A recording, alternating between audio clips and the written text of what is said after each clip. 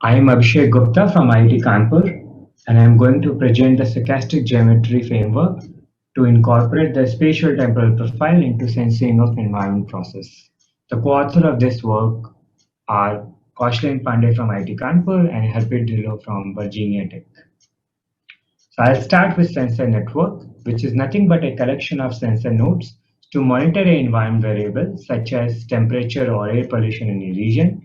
So these sensor nodes sense a physical process, and then they should be able to talk to each other or to a central node to make a joint estimation. So such systems can also be seen as a cyber physical system, which has two aspects. In physical aspect, we talk about sensors, their design, and their optimal placement and movement. And the cyber aspect, where we talk about how these nodes can convey the information to each other and process it over the network. And we know that these environmental variables follow a spatial temporal profile, which dictates their variation over time and space. So this macro environmental variables exhibit a little variation over space and time. For example, the temperature of the Earth's surface would not change dramatically over a few meters or in few minutes. Similarly, other environmental variables also have a space and time interval in which their change is very small. And if we just put sensors everywhere without taking this profile into the picture, there will be a tremendous amount of redundancy in the sense data. So it is natural to wonder about the optimal density of sensing agents which are needed to cover a given area if this profile information is available to us. So this brings us to this our work where we incorporate such spatio-temporal profile environment variable into the sensing of these variables. So we start with a model. How do we model the environmental variable? We model them as a spatial temporal process. So there is a space and time, and then the value of the environmental variable at location x and time t is given by theta t comma x. And then we also assume that there is a profile of variation, which means the variation in theta is bounded by a function of distance and time difference. And this function is, we also call the tolerance function because this kind of detects the error in the estimation of theta. And this function is an increasing function with respect to two arguments, the time difference and the distance. So example of tolerance function is this, which is an exponential function in distance and time. Here W is the spatial variation rate and V is the temporal variation rate, which denotes how the error is changing with distance and time difference, and A is the scale coefficient. But it is because of this spatial temporal profile, it is possible that when we know the value at one location, we should be able to guess the value or estimate the value at another location. Similarly, at the same location, if we know the value, we should be able to guess what the value at after some time with some error. So if we allow eta tolerance in the sensing of theta, then there is a spatial temporal region where the uncertainty in theta is within a certain tolerance eta. So we are interested in characterizing this region. So f is a two variable function and we need the inverse of it, which is nothing but the set of all pairs of time difference and distance such that the tolerance with this time difference and d is equal to eta. And the complete spatial temporal region where the theta does not change by more than eta tolerance is given by the union of all those inverses where ftd is less than or equal to eta. Fix the time difference t, then the inverse would, which we denote by rho eta comma t, is given by the maximum distance at which the tolerance is equal to eta. This means that if you have made an observation uh, at a delay time t, then what is the maximum distance at which the theta cannot change more than eta. So you can look at this graph. If we fix the t time since the last observation, then this height will give us the maximum distance allowed. So when I know the value of theta at a location x naught at time t, then I know that from just knowing this observation at the same time, I don't need any other observation in this. And I would be able to guess the value of theta in this interval with less than eta tolerance. So this allows us the flexibility that we don't need to put a sensor in this region if we allow eta tolerance. And this gives us spatial breathing, that the sensor has some space where they don't need to be deployed. Similarly, if we fix distance d and then ask that at this distance d from the observation, how much time is allowed since the observation when the error in theta does not increase by more than eta. And that will be given by tau eta d. And if theta is known at time t naught, then the time after this, when uncertainty in theta becomes more than eta, this will be given by t naught plus tau eta comma 0. This gives the flexibility of sensors that they don't need to sense every time. They have this time interval where they can wait, which is known as temporal breathing. Now this brings us to sensing with eta tolerance, that if we have a point of interest P and then there is a sensor agent with the center location at X and Bt is the trajectory of the agent, then the event that the uncertainty in theta at this location at the current time is within eta tolerance, this event is equivalent to each of the following event. One is the sensor agent need to be present in the region of around the origin with this radius at time t minus t dash.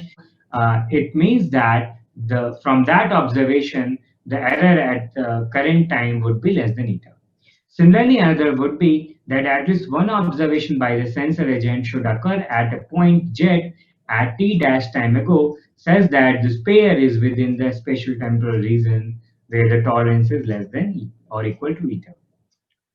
The third would be that if the distance of the sensor agent from the point of interest at time t dash is ytt dash, then this curve should intersect r eta, or in other words, this distance should be less than the inverse function rho at eta comma t dash for some t dash.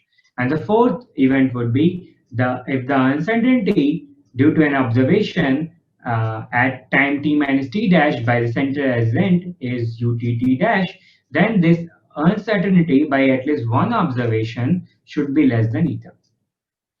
This uncertainty, the minimum uncertainty, we denote by mxt from any sensor x.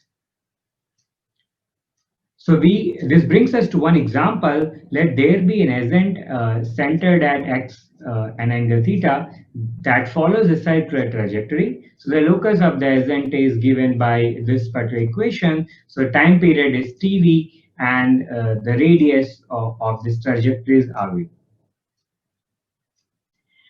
To be able to say that this point at p, the theta can be estimated with eta tolerance, we need to make sure that this sensor agent in the last time cycle has intersected this ball of eta comma t dash. So when you see the trajectory moving we can see that there is one intersection, which means that the tolerance is within eta at the current time. Clearly, we can also write this in terms of mxt. So we model the sensor location by a Poisson point process psi with intensity lambda.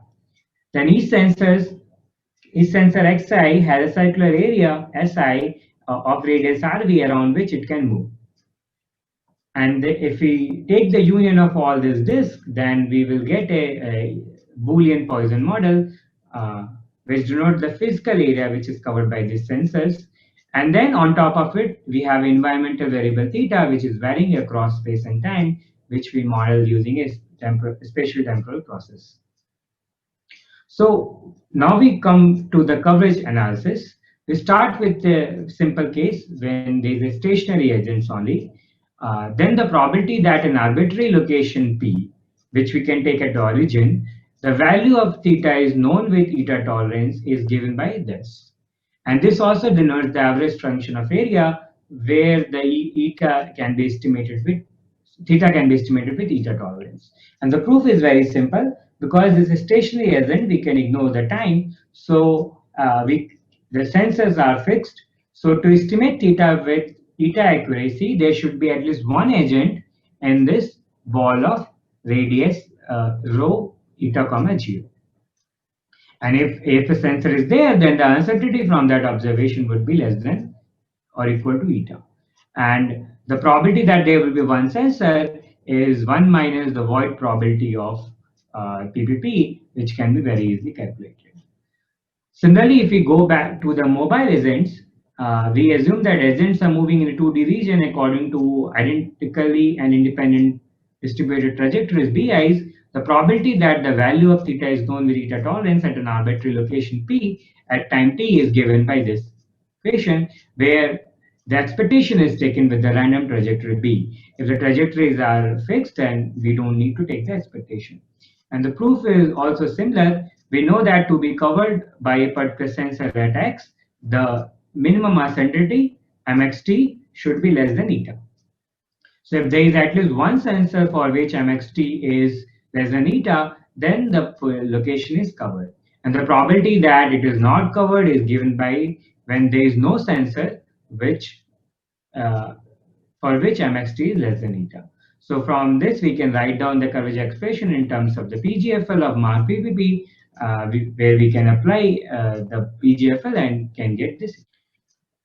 Now, this was at time t coverage. It means given a time t, what is the probability that the eta is within eta, the theta is within eta tolerance.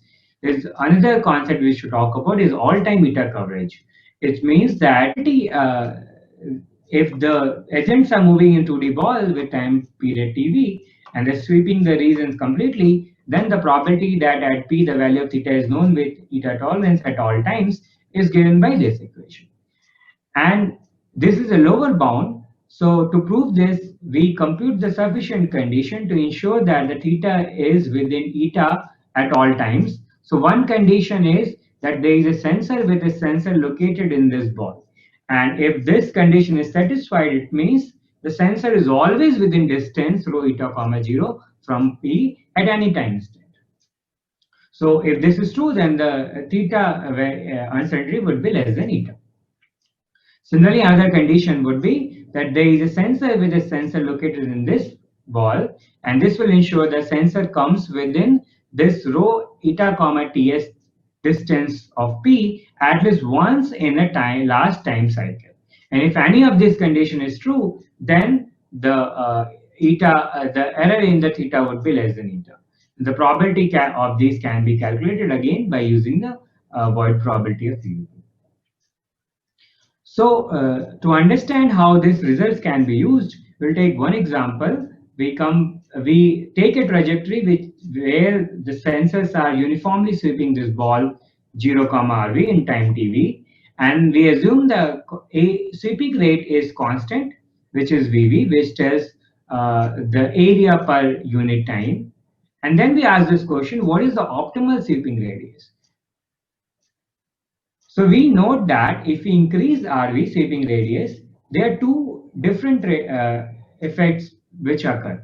One is the coverage area increases because the sensors are moving into a larger area, but also increase in RV increases the distance of the farthest point from the sensor. So this means that at all time coverage, the sensors can be very far away, which will decrease the coverage. And also another effect happens where when we increase RV, the sweeping time also increases because the sweeping rate is constant. In that case, the data from the latest visits of a sensor can become more stale, which will also decrease the coverage. So we present a result where we take different values of spatial and temporal rates, and we change the sweeping time and plot the all-time coverage. And we see that there is an optimal sweeping time for different values of W and V. So the optimal TV is more when the temporal rate is small.